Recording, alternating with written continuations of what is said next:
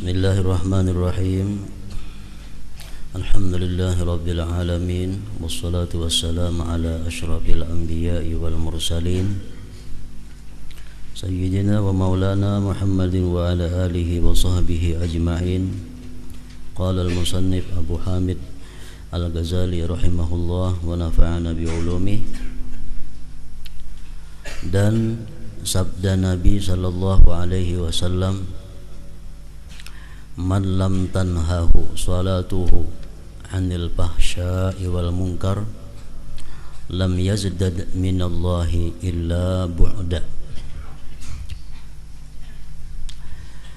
Artinya, barang siapa yang salatnya, yang sembahyangnya tidak dapat mencegahnya dari kekejian dan kemungkaran, maka ia tidak bertambah dari Allah kecuali jauhnya.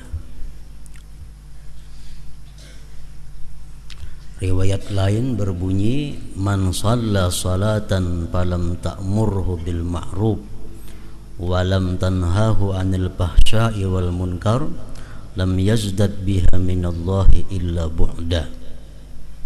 Barang siapa sembahyang, maka sembahyangnya itu tidak bisa menyuruh dia berbuat baik dan tidak bisa mencegah dia dari kemungkaran, tidaklah bertambah dia dengan sembahyang itu kepada Allah, melainkan semakin jauh. Maksudnya adalah bahwa sembahyang itu mestinya mendidik seseorang, memelihara seseorang daripada kemungkaran. Itu salah satu daripada kegunaan sembahyang. Orang yang sembahyang tidak akan mau lagi berbuat kemaksiatan. Orang yang sembahyang tidak akan mau lagi berbuat kemunkaran. Itu pertanda bahwa sembahyangnya itu mendekatkan dia kepada Allah Subhanahu wa ta'ala. Nah, sebaliknya, orang yang masih sembahyang, orang yang sembahyang tetapi dia suka berbuat kejahatan, sembahyang tapi kejahatannya, maksiatnya jalan juga. Nah, itu menunjukkan bahwa sembahyangnya itu bukan mendekatkan dia kepada Allah, tetapi sebaliknya menjauhkan dia daripada Allah Subhanahu wa ta'ala.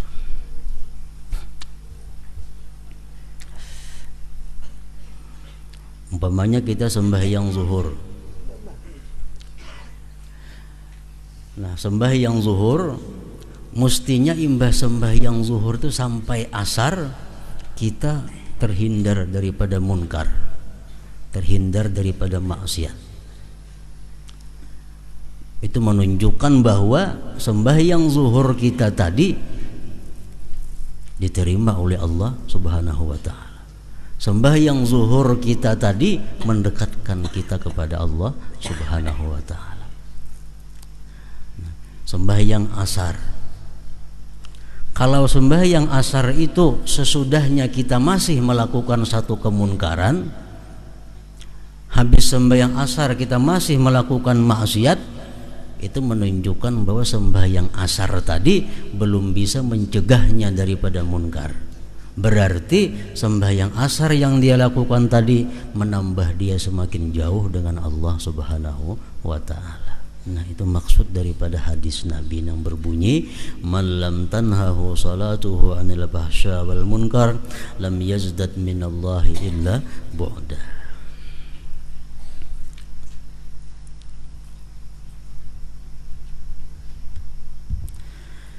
Sedangkan salat orang yang lalai itu tidak mencegah dari kekejian dan kemungkaran. Kalau sembahyang kita ini hatinya lalai, sembahyang kita ini tidak khusyuk, sembahyang kita ini tidak khusyuk, itu kada bisa mencegah kita dari munkar. Imbah sembahyang berbuat maksiat pulang, Hanya seperempat jam imbas sembahyang sudah berlaku maksiat pula. Kenapa demikian? Karena sembahyangnya tadi dia hatinya lalai. Dia sembahyang hanya anggota tubuhnya, tapi hatinya kada umpat sembahyang. Hati kada umpat sembahyang. Nah, sehingga hatinya masih mendorongnya untuk berbuat maksiat kepada Allah Subhanahu wa taala. Sedangkan salat orang yang lalai itu tidak mencegah dari kekejian dan kemungkaran.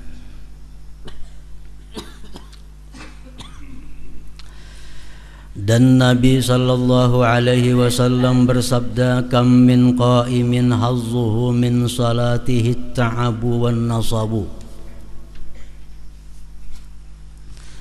Kam min qa'imin hazzuhu min salatihi at-ta'abu wan nasabu.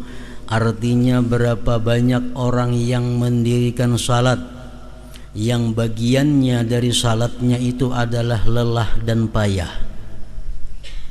Maksudnya kada ada pahalanya. Sembahyang cuma kada berpahala. Jadi hujungannya lapah.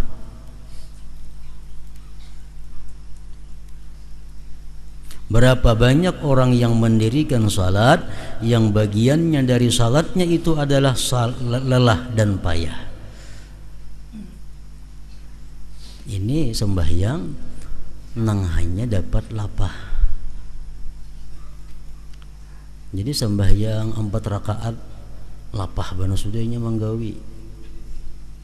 Apalagi sembahyang 8 rakaat mungkin kada sanggup manggawi. Sembahyang sunat di rumah 8 rakaat sembahyang duha kada sanggup manggawi kalapahan. Kenapa maka kalapahan itu? Karena kada ada pahalanya. Kenapa kada ada pahalanya? Dalam sembahyang itu hatinya kada umpat sembahyang. Hatinya kada umpat sembahyang lalu lapah awaknya. Jakanya hatinya ini umpat awaknya sembahyang 8 rakaat itu kada susah, kada payah, kada panat sembahyangnya. Kam min qa'imin hazzuhu min salatihi ta'ab. Artinya berapa banyak orang yang mendirikan salat yang bagiannya dari salatnya itu adalah lelah dan payah. Kita mendengar ada manakib aulia yang sembahyang semalaman 100 rakaat. Ada orang yang sembahyang semalaman itu 200 rakaat. Kenapa mereka itu kada lapah? Karena mereka merasakan balasannya. Mereka merasakan balasannya dari Allah Subhanahu wa taala. Jadi 100 itu kada lapah. 100 rakaat sembahyang semalaman. Kenapa? Karena diupah oleh Allah. Dan inya merasakan upahnya itu. Nang lapah itu kita merasa kada diupah, kada napa-napa. Sembahyang 10 rakaat gin semalaman bilang berat benar itu. Nah, jadi kuncinya adalah hati kita kada umpat sembahyang. Itu aja, hati kada umpat sembahyang. Dan beliau tidaklah menghendakinya kecuali orang yang lalai nang dapat bagian panat lapah tadi. Dan beliau sallallahu alaihi wasallam bersabda, laisa lil abdi min salatihi illa ma aqala minha. Artinya tidak ada bagi hamba dari salatnya kecuali apa yang ia pikirkan daripadanya.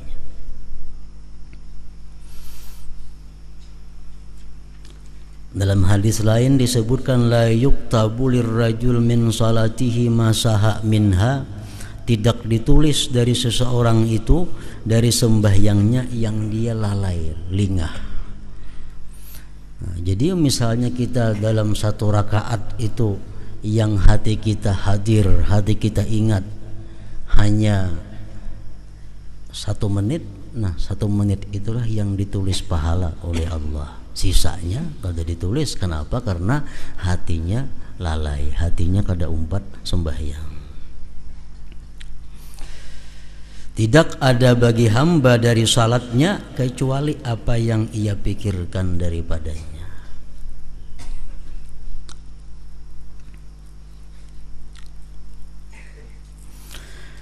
Dan yang sebenarnya padanya adalah orang yang salat itu munajat kepada Tuhannya Azza wa Jalla.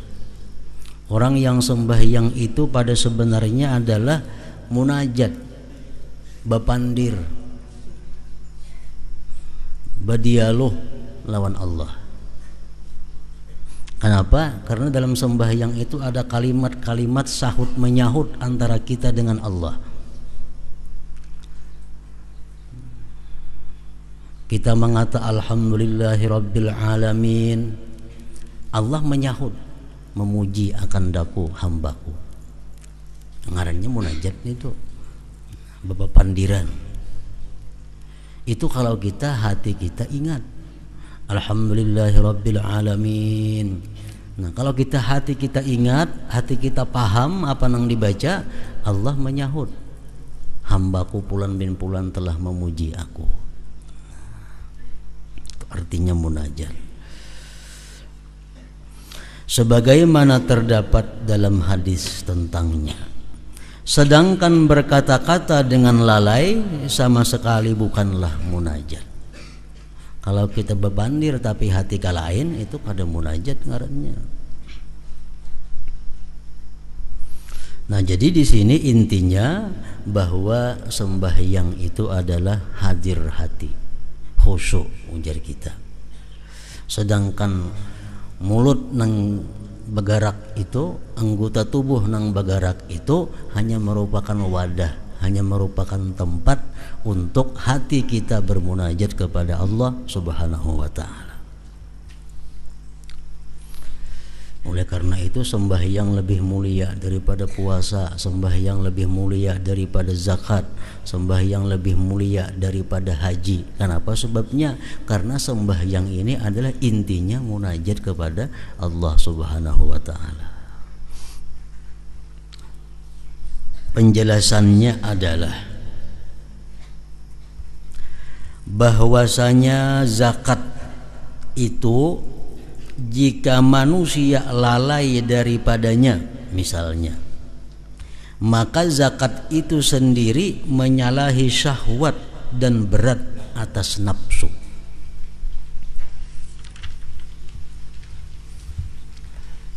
Zakat itu menyisihkan sebagian harta. Amun duitnya 1 juta, zakatnya 1.000, itu kada terlalu berat mengeluarkan 1.000. Coba kalau orang berisi harta 1 miliar, berapa zakatnya? 25 juta. Nah, terasa beratnya. Kalau orang berisi 10 miliar hartanya, berapa zakatnya? 250 juta yang disisihkan duitnya. Itu sangat berat bagi nafsu. Makanya zakat itu kada disyaratkan khusyuk. Zakat kada disyaratkan hadir hati. Kenapa? Karena zakat itu sudah berat. Zakat itu sudah payah. Jadi orang berzakat itu yang khusyuk, kada diterima Tuhan zakatnya. Kenapa? Karena zakat itu sudah sesuatu yang sulit bagi nafsu, terutama bagi orang-orang yang cinta kepada harta. Bagi zakat, bagi zakat. Ingat kalau Tuhan kadakah sudah hasil aja, berpahala aja. Karena perbuatan zakat itu sudah merupakan ujian bagi nafsu. Demikian juga puasa. Puasa itu memaksa bagi kekuatan dan memecahkan kekuasaan hawa nafsu, yang itu adalah alat syaitan, musuh Allah. Puasa, walaupun kita puasa itu kada khusyuk, puasa diterima Allah. Walaupun kita puasa itu hati kita lupa lawan Allah, puasa diterima Allah. Kenapa? Karena puasa itu pada intinya sudah sulit. Puasa itu intinya sudah menahan nafsu. Puasa itu sudah susah payah. Jadi walaupun kita kada khusyuk, puasa sudah diterima oleh Allah. Maka tidak jauh untuk dicapai tujuan zakat dan puasa itu serta lalai. Ayo puasa kada sing ingatan lawan Tuhan, kada sing ingatan, kada jadi masalah. karena puasa sudah menahan nafsu. Demikian juga haji. Perbuatannya sulit sekali. Di dalamnya haji terdapat perjuangan yang dapat mendapatkan sesuatu yang menyakitkan, baik hati itu hadir bersama perbuatannya atau hati tidak hadir. Haji itu sudah sulit, duitnya, menunggu gilirannya, belajar manasiknya, belum lagi pelaksanaan ihramnya, itu sudah sulit. Walaupun inya ihram itu kada ingat lawan Allah, walaupun inya ihram itu kada hadir hati, haji sudah sahih, haji sudah diterima Allah. Kenapa? Karena pekerjaannya sudah sulit, itu haji.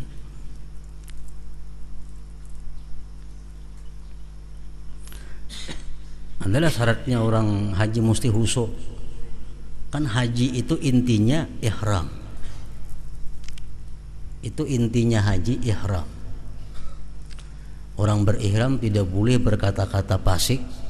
Orang berihram kada boleh berbuat maksiat. Orang berihram kada boleh berkata-kata dosa. Itu intinya haji. Bila waktu ihram itu dia bisa menjaga dirinya, hajinya mabrur.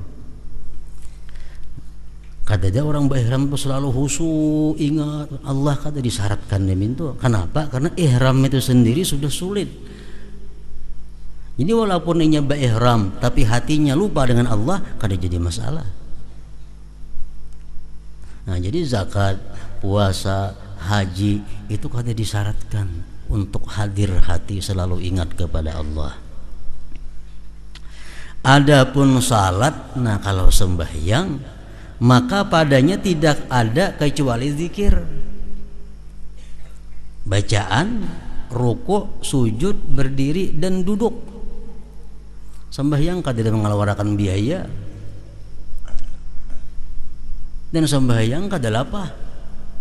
Sembahyang 4 rakaat 5 menit gintuntong, bacaannya handap-handap, rukun-rukunnya. Nah, adapun salat maka padanya tidak ada kecuali zikir, bacaan, ruku', sujud, berdiri dan duduk. Adapun zikir maka itu adalah percakapan dan munajat kepada Allah Azza wa Jalla. Itu zikir. Ada kalanya yang dimaksud daripadanya adalah keadaannya berbicara dan bercakap-cakap, atau yang dimaksud daripadanya zikir adalah huruf-huruf dan suara-suara sebagai ujian bagi lidah dengan amal. Kita disuruh membaca subhana rabbiyal a'la wa bihamdi, subhana rabbiyal azim wa bihamdi. Nah, kita disuruh membaca zikir itu untuk apa? Apakah disuruh untuk melatih lidah mengucap itu, atau disuruh untuk munajat kepada Allah? Kalau disuruh untuk melatih lidah, kada terlalu sulit latihannya. Nah, jadi zikir-zikir itu disyariatkan di dalam sembahyang gunanya untuk munajat kepada Allah, bukan untuk melatih ilat supaya mahir berzikir, bukan itu tujuannya. Sebagaimana perut dan kemaluan diuji dengan menahan dalam puasa, dan sebagaimana badan itu diuji dengan kesulitan-kesulitan haji, dan hati diuji dengan kesulitan mengeluarkan zakat dan keterputusan harta yang dicintai. Dan tidak ragu bahwasanya bagian ini adalah batal. Artinya kalau Allah menyuruh kita berzikir dalam sembahyang itu tujuannya semata-mata agar kita melatih lisan untuk berzikir, itu batal. Nah, jadi nang kada batal macam apa? Maksudnya Allah menyuruh kita berzikir dalam sembahyang itu agar kita munajat kepada Allah, agar kita berdialog lawan Allah. Sesungguhnya menggerakkan lidah dengan mengigau itu adalah ringannya bagi orang yang lalai, karena sesungguhnya padanya tidak ada ujian dari sisi bahwasanya itu adalah amal. Mengucap subhanallah bihamdi, nah pengalihnya. Mengucap Fatihah, nah pengalihnya. Nah, Kita disuruh membaca Fatihah dalam sembahyang bukan melatih muntung baca Fatihah, kada. Tapi membaca Fatihah itu adalah untuk munajat kepada Allah Subhanahu wa taala. Tetapi yang dituju adalah huruf-huruf dari sisi bahwasanya itu ucapan. Dan itu tidaklah menjadi ucapan kecuali apabila menerangkan sesuatu yang ada di dalam hati, dan tidak menjadi sesuatu yang diterangkan kecuali dengan hadirnya hati. Alhamdulillahi Rabbil Alamin, mulut kita mengucap Alhamdulillahi Rabbil Alamin. Nah, kenapa kita mengucap Alhamdulillahi Rabbil Alamin? Itu timbul daripada hati. Hati kita merasakan bahwa kita ini syukur berada di hadapan Allah, tak ucap di mulut kita Alhamdulillahi Rabbil Alamin. Nah, itu maksudnya macam itu. Bukan kita mengucap surat Fatihah Alhamdulillahi Rabbil Alamin Ar-Rahmanir Rahim sekadar hanya untuk melatih bergerak muntung aja, bukan itu tujuannya. Tapi untuk menerangkan apa yang ada di dalam hati kita. Hati kita begitu bersyukur kepada Allah, kita bisa berdiri menghadap Allah, di mulut keluar ucapan Alhamdulillahi Rabbil Alamin. Kita merasakan kesehatan, kita merasakan kenikmatan, kita merasakan kasih sayang Allah, di mulut keluar Ar-Rahmanir Rahim. Nah, itu maksudnya sembahyang itu macam itu. Kalimat-kalimat yang kita ucapkan keluar dari hati. Kalimat yang kita ucapkan itu menerangkan apa yang ada di dalam hati kita. Nah, tujuannya sembahyang itu. Maka permohonan apakah pada ucapannya ihdinas siratal mustaqim, artinya tunjukilah kami jalan yang lurus, jika hatinya lalai. Nah, apa artinya ihdinas siratal mustaqim? Muntung mengucap tapi hatinya kada tahu napa-napa. Mulutnya aja ihdinas siratal mustaqim. Apabila tidak ditujukan kepada ucapan sebagai perendahan diri dan doa, kita mengucap ihdinas siratal mustaqim itu adalah akibat kita ini merasa diri hina, akibat kita merasa memerlukan bimbingan kepada Allah, akibat dari kita merasa bahwa kita ini tersesat kalau kada ditunjuki oleh Allah. Lalu keluar di mulut kita harapan kepada Allah, ihdinas siratal mustaqim, tunjukilah kami jalan yang lurus. Makanya sembahyang punya kita baancap nito kada kawa sudah nang baaturan. Makanya sembahyang disunatkan kita tartil, mengucap tartil nito. Fatihah disunatkan kita berhenti di tiap-tiap ayat, itu sunat. Kenapa? Memudahkan untuk menghadirkan hati. Coba kita baancap awalah hadir hati. Bismillahirrahmanirrahim. Alhamdulillahirabbil alamin arrahmanir rahim maliki yaumiddin. Iyyaka na'budu wa iyyaka nasta'in. Ihdinas siratal mustaqim. Siratal ladzina an'amta 'alaihim ghairil maghdubi 'alaihim waladdallin. Amin. Nah, apa dalam hati kalau dibayangkan jadi sebuku? Kada kawa. Makanya disunatkan kita berhenti di tiap-tiap ayat. Nah, bismillahirrahmanirrahim. Mandang. Alhamdulillahi Rabbil Alamin. Mandang sunat dintu supaya bisa mairama akan hati. Kenapa maka tak ucap bismillahirrahmanirrahim? Kenapa maka tak ucap timbul Alhamdulillahi Rabbil Alamin? Kenapa maka sampai timbul di mulut kita mengata maliki yaumiddin? Kenapa sampai di mulut kita tak keluar kalimat iyyaka na'budu wa iyyaka nasta'in? Nah, samuan kalimat itu adalah merupakan isyarat daripada yang keluar dalam hati kita.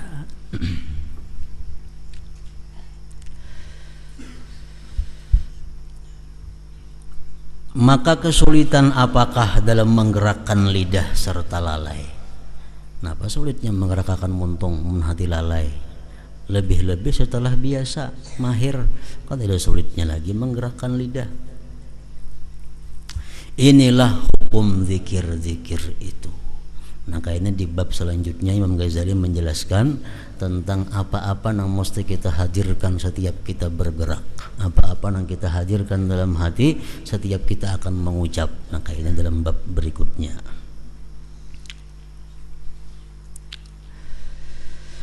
Seandainya ini contoh, seandainya manusia bersumpah, sumpah itu bila mana dilanggar wajib kita bayar denda, bisa puasa 3 hari, bisa memberi makan orang miskin 10 orang. Itu kalau kita melanggar sumpah, kafaratul yamin. Aku bersumpah mulai hari ini aku kada hendak lagi ke pasar umpamanya.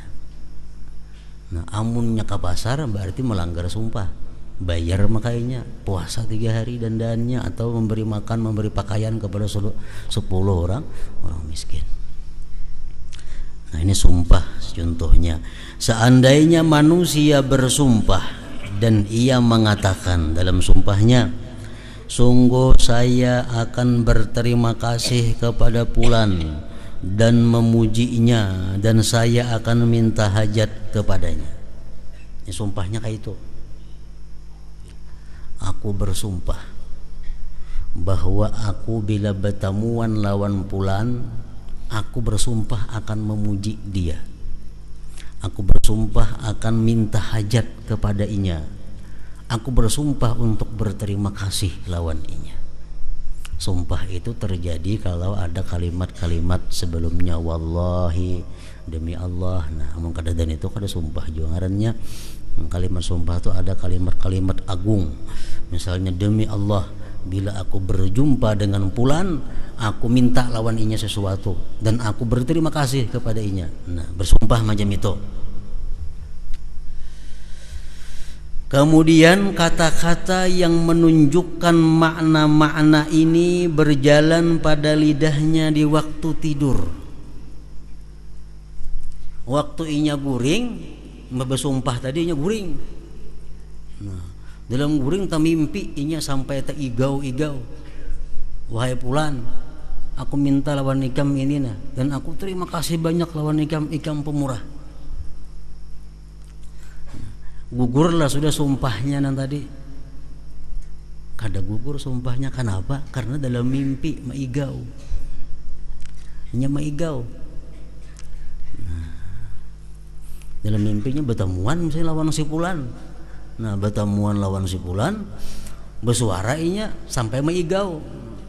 Fulan, ikam orang pemurah. Aku minta lawan ikam sesuatu. Aku terima kasih banyak lawan ikam.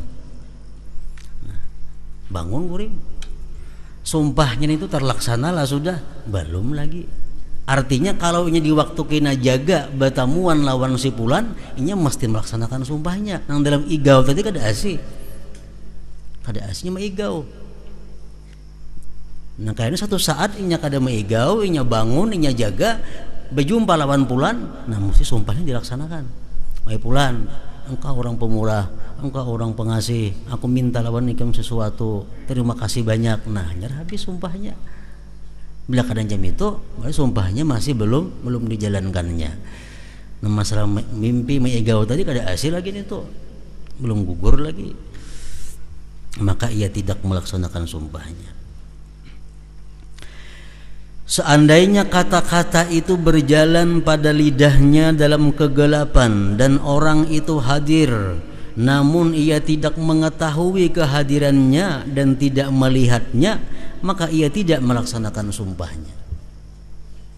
Umpamanya sesudah bersumpah tadi, waktu malam, hari kadap, kadang dilihatnya kada ada siapa-siapa, inya bersuara, fulan, engkau orang pemurah, engkau orang pemberian, minta aku sesuatu, terima kasih banyak. Gugurlah sumpahnya sudah nang disumpahkannya itu. Kada gugur, kenapa? Karena inya kada melihat lawan fulannya, kada berjumpa lagi. Dalam sumpahnya kan bila berjumpa lawan fulan, aku bersumpah minta. Nah, ini di padang kadep, kada melihat lawan siapa-siapa, disuara akannya, sumpahnya belum gugur lagi. belum terlaksana lagi sumpahnya.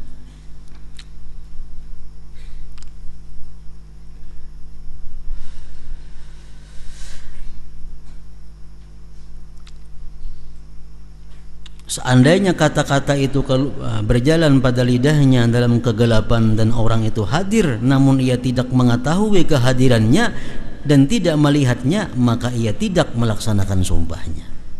Karena perkataannya itu tidak menjadi khitab, bicara yang ditujukan, dan tidak menjadi ucapan bersamanya selama ia tidak menjadi hadir di dalam hatinya. Jadi sumpahnya masih belum biris lagi. Seandainya kata-kata itu berjalan pada lidahnya sedang ia hadir di siang hari, hanya saja ia lalai karena angan-angannya tenggelam pada salah satu pikiran dan ia tidak mempunyai tujuan untuk menghadapkan pembicaraan itu kepadanya. Ketika ia mengucapkan itu, maka ia tidak melaksanakan sumpahnya. Atau misal lawan pulannya sudah berjumpa, lalu diucapkannya, "Wahai Fulan, engkau orang pemurah, minta aku sesuatu, terima kasih." Di waktu mengucapkan itu hatinya sahama-hama kada ada lawan Fulan ini. Pada Fulan di hadapan inya melihat lawan Fulan itu, cuma waktu mengucapkan itu hatinya kada ada arahnya ke Fulan sini. Nah, sumpahnya belum terlaksana juga. Nah, kayak apa sumpahnya supaya terlaksana? Inya mesti berada di hadapan dan hatinya bujur-bujur sadar, "Fulan, aku telah bersumpah bila bertemuan ikam aku memuji ikam. Nah, terima kasih ikam memberi aku ini." Nah, dalam keadaan sadar, dalam keadaan tenang, dalam keadaan hati yang hadir, hanya sumpahnya menjadi lepas. Sumpahnya sudah biris ngarannya. Nah, itu bandingannya. Contoh orang sembahyang.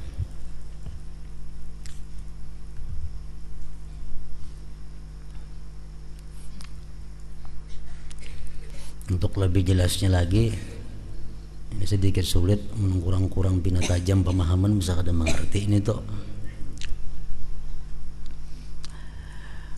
Kita bersumpah, wallahi, demi Allah, aku bila bertemuan lawan Fulan, aku mengucapkan terima kasih lawannya.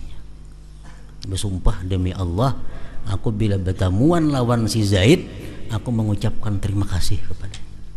Itu sumpah. Nah, sumpah ini bila kada terlaksana, bayar kena nih, bayar puasa segala macam, yang bersumpah. Dalam guring, tamimpi bertemuan Zaid. Zaid, aku terima kasih lawan ikam, sampai tak iga-igau. Sumpahnya lepaslah sudah. Kada lepas sumpahnya, kenapa? Karena bertemuannya dalam mimpi dan hanya maigau untungnya. Mengucapkan terima kasihnya maigau, Fulannya kada ada dihiga, Jahitnya kada ada, hanya terima kasih Jahit lah yang memberi aku ini. Tapi maigau, berarti sumpahnya belum lagi dijalankannya, belum dilaksanakannya. Atau inya bersumpah, bila aku bertemuan Zaid, aku bersumpah demi Allah mengucapkan terima kasih lawaninya. Satu saat inya duduk di padang kadap tengah malam, timbulnya bersuara, "Zaid, terima kasih kamu banyak memberi aku." Tapi inya kada melihat lawan Zaidnya ini, kadap, dan kada tahu pada Zaid itu ada di situ, kada tahu. Gugurlah sumpahnya tadi, belum gugur juga lagi. Atau inya bersumpah, aku bila bertemu Zaid, kini aku mengucapkan terima kasih lawan inya. Suatu harinya bertemu lawan Zaid, bepandir lawan Zaid. Zaid, aku lah terima kasih lawan ikam. Nah, tapi hatinya ini kalahin kada kanu Zaid, gugurlah sumpahnya, kada gugur juga lagi sumpahnya. Kayak apa caranya supaya lapas sumpah itu? Mesti bertemu Zaid dan hati bujur-bujur tertuju kepada Zaid. Nah, aku terima kasih lawan ikam banyak memberi aku. Nah, hanya gugur sumpahnya itu. Nah, hubungannya lawan sembahyang ya macam itu.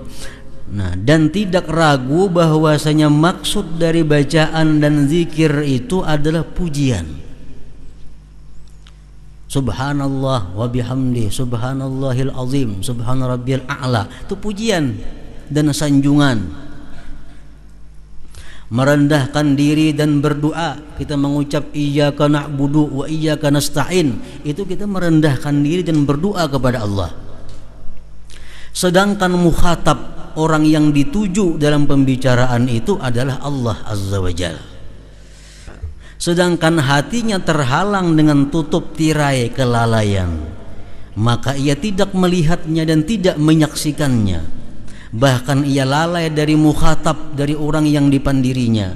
Sedangkan lidahnya bergerak karena kebiasaan, maka alangkah jauhnya ini dari tujuan salat yang disyariatkan untuk membersihkan hati, memperbaharui ingat kepada Allah Azza wa Jalla, dan mempersiapkan merasapkan ikatan iman kepadanya Allah. Ini adalah ketentuan bacaan dan zikir. Mulut kita mengucap iyyaka na'budu wa iyyaka nasta'in, tapi hati kita lalai. Zikirlan itu ngarannya, kada zikir itu ngarannya. Zikir itu di mana waktu kita mengucap kita ingat bahwa kita berada di hadapan orang yang kita sebut. Pujian itu disebut pujian kalau kita berada di hadapan orang yang kita puji. Nah, ihdinas siratal mustaqim, hati kita kemanakah?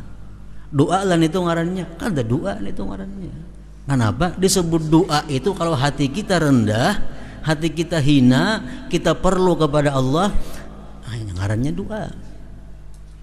Kalau kita hati kada ingat napa-napa, mulut kita mengata ihdinas siratal mustaqim, itu kada doa ngarannya, kada doa.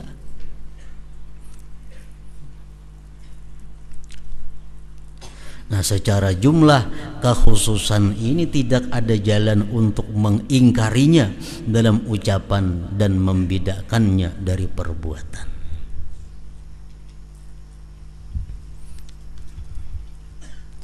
Adapun ruku' dan sujud, tadi bacaan. Jadi bacaan itu kada asik bila mana hati kita kada tahu apa nang dibaca.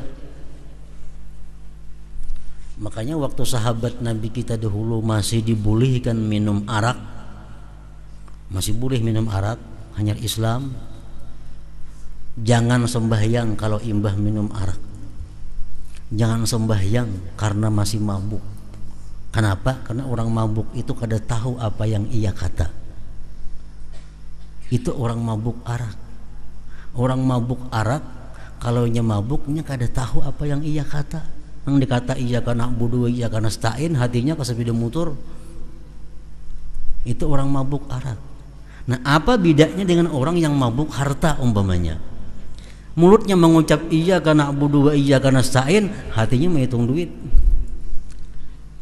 Mulutnya ihdinas siratal mustaqim, hatinya melayani orang berjual beli. Nah, jadi artinya jangan kamu sembahyang kalau kamu masih sedang mabuk harta. Sama aja juga bedanya. Kenapa? Sebabnya karena sembahyang cara demikian kada akan berbuah apa-apa kecuali hanya lapah dan panat.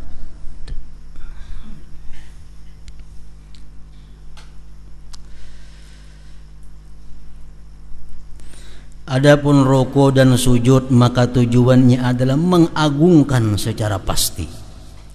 Ruku itu kada ada adat, adalah adat kebiasaan orang ruku, kada ada. Orang olahraga ada ruku, orang senam itu ada ruku kayak itu. Ruku itu khusus ibadat, khusus untuk mengagungkan Allah. Sujud kada ada kebiasaan. Sujud on bulukop adalah kada ada, karena sujud itu hanya untuk ibadah, sangat mengagungkan Allah. Seandainya boleh ia mengagungkan Allah Azza wa Jalla sedangkan ia lalai daripadanya, niscaya ia boleh mengagungkan berhala yang diletakkan di mukanya sedangkan ia lalai daripadanya, atau ia mengagungkan dinding yang ada di muka sedangkan ia lalai daripadanya. Kita menyembah berhala, nah berhala umpamanya, tapi hati kita kalain, bolehlah murtad kita. Kenapa? Karena perbuatan kita perbuatan orang musyrik. Patung Nah, kita nyembah patung. Tapi hati kita kemanakah? Kata patung itu pak hati kita cuma menyembah patung. Bolehlah macam itu? Kada boleh.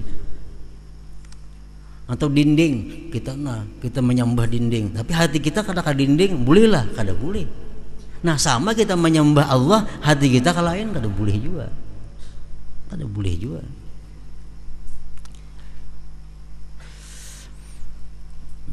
Niscaya ia boleh mengagungkan berhala yang diletakkan di mukanya sedangkan ia lalai daripadanya, atau ia mengagungkan dinding yang ada di muka sedangkan ia lalai daripadanya. Apabila ia keluar dari keadaannya mengagungkan, maka tidaklah tinggal kecuali gerakan punggung dan kepala semata. Kalau kita ruku tapi kita kada mengagungkan Allah, bejungging benamarannya. Sujud kita kada mengagungkan Allah, bejungging benangarannya. Itu dinamai sujud karena mengagungkan Allah, dinamai ruku karena mengagungkan Allah. Dan padanya tidak ada kesulitan yang menjadi tujuan ujian dengannya. Nah pengalihnya ruku itu, nah pengalihnya sujud, kada ada ngalihnya itu. Kemudian dijadikannya sembahyang sebagai tiang agama. Sembahyang ini dijadikan tiang agama. Padahal pina inting aja gawiannya tuh, dibanding zakat ngalih zakat, dibanding haji ngalih haji, dibanding puasa ngalih puasa, tapi sembahyang dijadikan tiang agama yang membedakan antara kafir dan Islam. Sembahyang itu perbedaan antara kafir Islam. Orang ada sembahyang kafir, orang sembahyang Islam. Didahulukan sembahyang atas haji dan seluruh ibadah lainnya, dan wajib dibunuh karena meninggalkannya sembahyang secara khusus. Dan saya ujar Imam Ghazali tidak melihat bahwa seluruh pengagungan itu bagi salat dari sisi amal-amal yang zahir. Sembahyang itu lebih hebat daripada haji, bukan karena ruku sujudnya, bukan karena Fatihahnya. Sembahyang lebih hebat daripada puasa, bukan karena ruku sujudnya, ngalih puasa. Nah, jadi sembahyang itu lebih unggul daripada ibadah yang lainnya, bukan karena sisi amal-amalnya yang zahir, melainkan disandarkan kepadanya tujuan munajat. Nah, sembahyang lebih hebat dari puasa karena dalam sembahyang itu ada munajat dengan Allah. Sembahyang lebih hebat daripada haji karena sembahyang ada munajat kepada Allah. Itu maulah sembahyang ini unggul pada ibadah-ibadah yang lainnya. Nah kalau kita sembahyang tapi hati kita kadang merasa munajat kepada Allah, ada napa-napa yang ngarannya. Maka sesungguhnya itu didahulukan atas puasa, sembahyang, zakat, haji dan lainnya, bahkan kurban dan pendekatan diri yang merupakan perjuangan bagi jiwa dengan mengurangi harta benda. Nah, sembahyang itu diutamakan dari ibadah yang lainnya karena dalam sembahyang ada munajat, ada dialog dengan Allah. Rasulullah bersabda, artinya kalau kamu ada kesulitan sesuatu, kata Rasulullah, ada sulit, sembahyang 2 rakaat. Sembahyang 2 rakaat. Kada ada sini madahakan bila kamu sulit bersedekah, kada ada. Bila kamu sulit naik haji, kada ada. Kalau kamu berada dalam kesulitan, bawa sembahyang, akan terbuka kesulitan itu. Kenapa sebabnya? Pada inting aja gawiannya sembahyang nih, karena dalam sembahyang itu ada munajat kepada Allah Subhanahu wa taala. Kalau sembahyangnya kada ada khusyuk, 100 rakaat sembahyang bertambah sulit, kan bertambah nyaman masalah. Banyak masalah dihadapi. Jangan dibawa sembahyang. Bawa sembahyang. Sembahyangnya kada khusyuk, kan napa-napa bertambah sulit masalahnya. Nah, sembahyang itu bisa melapangkan kesulitan kita kalau kita merasakan ada munajat dalam sembahyang itu kepada Allah Subhanahu wa taala. Allah taala berfirman, la yanalallaha luhumuha wala dima'uha walakin yanaluhu taqwa minkum. Artinya daging-daging kurban itu sekali-kali tidak dapat mencapai keridaan Allah, dan tidak pula darahnya, tetapi takwa daripadamu lah yang dapat mencapainya.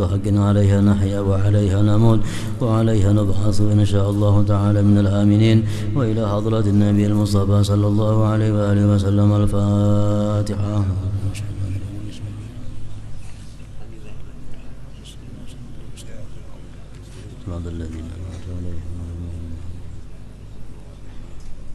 فيا أيها الراجل منه شفاعة صلوا عليه سلموا تسليما.